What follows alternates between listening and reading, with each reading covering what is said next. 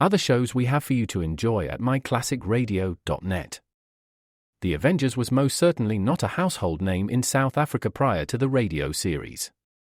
With no national television service until 1976, the mechanism simply was not present in the country to show television programs to mass audiences. While many other countries reveled in the filmed adventures of John Steed and company, South Africa was not equipped to join in the fun. The series took Britain by storm and made a major impression in the American markets, being that greatest of rarities, a British series given a network transmission slot. However, as a filmed series, rather than a videotaped one, The Avengers was able to gain a modicum of exposure in South Africa through film rentals. Come and listen at myclassicradio.net.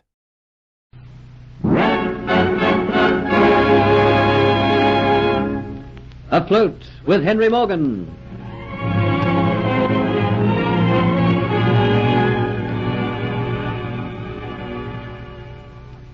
Just as Geoffrey and Hero are about to escape from the swamp, Geoffrey is struck down with fever.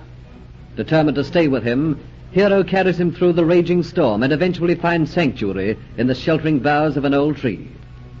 Henry Morgan, realizing that a storm is approaching, has his ships put out to anchor in the bay. When the wind dies down, he allows Dietz to return to the shore and round up the stragglers, not knowing that Dietz intends to desert. Geoffrey, in Hero's care, tosses and turns in his delirium, and Hero fears that his death is near at hand. It sure does seem a mighty sad thing after escaping from that hell camp he should die of fever. It ain't just fair. You know what I do, Master Geoffrey? When the gray lady of the dawn comes up in the sky, I'm going down this tree trunk and I'm going to look for some leaves and herbs that I used to find in Africa. I sure think I would find these if you hold on to that spark of life until the light comes up at dawn. So you lie quietly, Master Geoffrey, and don't go and die on me this night. Do I fear you might? In the morning I go and see if I can find those herbs and leaves.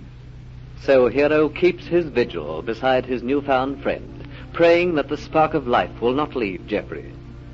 And as he sits there watching, softly crooning words of comfort, trying to help, the drizzle stops as the rain clouds break. Pre-dawn stars shine watery, then flicker and go out before the approach of day's herald. Through the trees in the eastern sky, streaks of orange and yellow light the heavens, behind the lagging, dispersing clouds. The air is fresh and clear and cool. The yellow light reflects the blueness of the celestial dome, and the few remaining clouds dissolve before that optimism born at the birth of each new day. The jungle begins to stir. Birds ruffle their gay reds and blues of their plumage to shake off the wetness left by the storm. Their throats open, and they sing a new poem to a fresh day. Monkeys uncurl as they stretch from their slumbers and prattle merrily in their chattering tongue, while the sun, red-eyed, peeps over the horizon before plunging up into the heavens. But Geoffrey has grown quiet and still, as though in the very presence of death. Anxiously, Hero watches him, then leaves to go on his search. And on the other side, overlooking Port Royal, a man cautiously toils up the roadway, frequently looking behind to be sure there is no one in pursuit. He curses that dawn is here so early. He would have liked to have reached his destination under the protecting grayness of pre-dawn. When the longboats had grounded on the Jamaican shore, Dietz had seen to the rounding up of the stragglers so that none could read his intention. Then it had been an easy matter, as the boats pushed off, to slip away into the darkness. But the hours of darkness had sped by, and dawn has caught him still on his journey. A fear keeps nagging at the back of his brain that perhaps his absence was discovered too soon, and Morgan, thinking that perhaps he'd been left behind, inadvertently had sent a boat back to find him. And that is why he keeps looking over his shoulder so frequently and anxiously. Trees and palms climb tall and green alongside the rough and twisting road. Dietz is small and dwarfed beside them. Suddenly the road turns sharply, and the trees fade away on one side as it runs to a bluff on the hill. Dietz walks to the edge. Below him, like a toy thing, stretches Jamaica with its freshly washed face. The island is green and clean beneath his feet. The town of Port Royal peeps sleepily out from its many palms and gardens. Its buildings seem no bigger than tinder boxes and look cool and inviting. The island stretches out around the bay, which is deep, deep blue, flecked with white. And there at the entrance, which is guarded by the reef, is the sight for which he had hoped. Ships in line, their canvas filled with wind, their bows dipping deep into the blue, sailing like toy swans on a child's bath. And as he watches, the leading ship turns to navigate the reef, and the sun, fresh from bed, playfully picks it out, painting it gold and making it seem to come alive. Dietz's laughter is laughter born of freedom. It fills the air around him. Morgan has sailed. There will now be no pursuit. He is free to think of the life he has planned, the thoughts which will become a reality in a few days' time. Immediate danger has passed. He can now think only of Kitty and enjoy his anticipation to the full. But Kitty has lain awake all through the night, her ears listening for what she knows will come, Geoffrey's footsteps. And even now, as daylight fills the hut, her confidence cannot be shaken. He said he would come, and come he will. And suddenly she hears them, and his name springs to her lips. But she must not utter it and give warning to Dolores, and so it is choked back. With a heart pounding, nearer and nearer the footsteps come. They halt outside the door. A hand is placed upon the latch. The door is quietly pushed. A widening gap of green is seen behind it. Rescue has come as she knew it would. The door's opened wide. Well, I have returned. I'm here to stay. Dear, it's you. And who else would you be expecting? You had a look of expectancy upon your face when I came in. I thought for a brief moment you might be glad to see me. Ah, now what is it brings the tears to your eyes, huh? Yes, why are you here? Have you forgotten? I told you Captain Morgan was sailing today. I have come to be with you two until it is time for us to leave. What is the news in Port Royal? They're still seeking for you. The whole island is aroused. Of course they would never come here. Who would think that we would hide in the jungle? Kitty, see over there at the convict camp. Your friend Geoffrey Hunter, he is down there. He is lost forever in the eyes of the world. You hear that, Kitty? He is lost forever. Who knows, he may be dead even now. They died very quickly down there. Stop it. He isn't dead. He'll come back, you see. One of these days he'll come back and he'll have his revenge upon you, you see. And with you, too. Don't forget it was because of you that he was captured and put down there. Do you think that he'll forget that? You'll soon forget him anyhow, Kitty. I'll see to that. When we make our home in Cuba, there'll be only me. Yeah, and sometimes I feel I can't wait that long. You're looking to me so very beautiful, Kitty.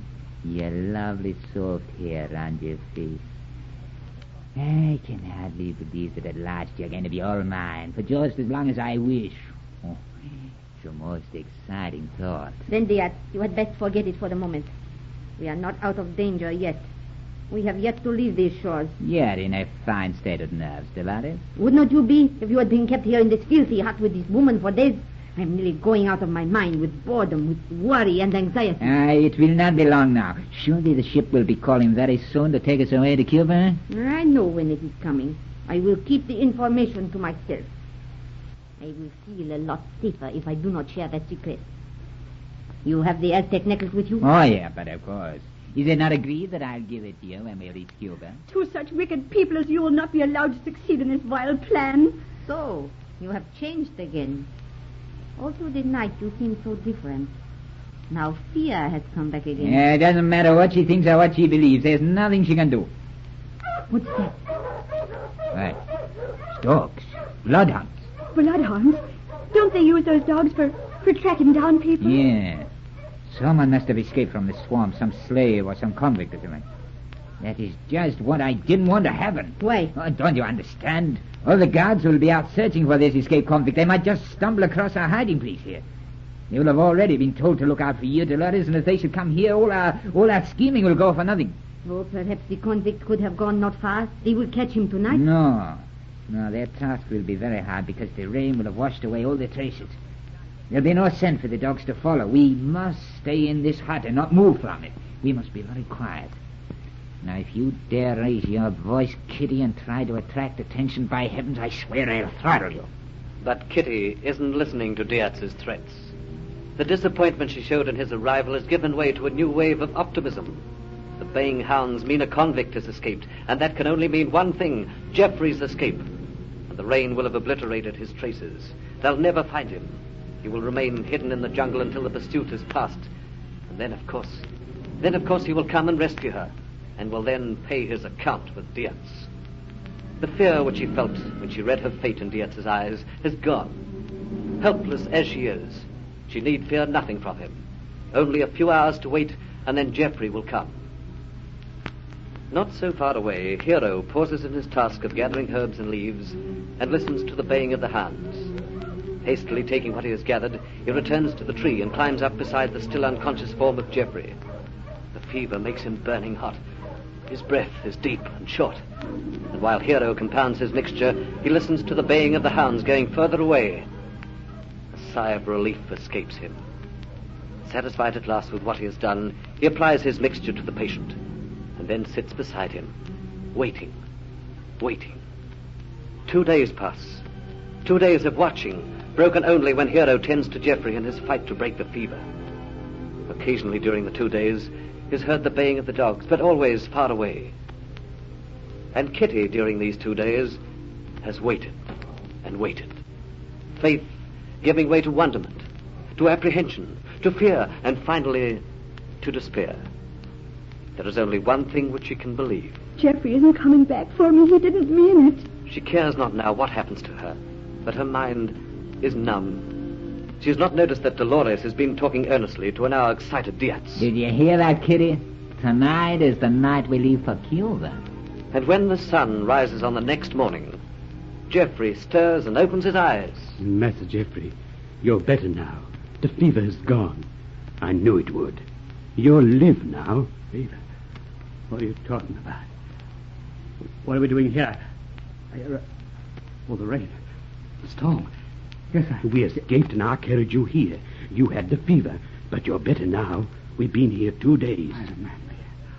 Oh, I feel so weak. 2 days, you say? But we should have gone to the hut to Kitty. I promised to rescue Kitty. 2 days here. We must get to that hut at once. You're too weak. I don't care. You'll just have to help me to get there. Be honest, Geoffrey. There's the hut. You carried me quite far enough. I'm strong enough to walk here. Put me down here and I'll go the rest of the way. Up by the window so I can peep in. There you are, Master Geoffrey. It's best to look in first and see what's going on. That's right. Can you manage? I can see, Hero. But they've gone. The hut is empty. So Kitty has gone. He knows not where, but to what fate he can imagine. Listen to the next episode of Afloat with Henry Morgan.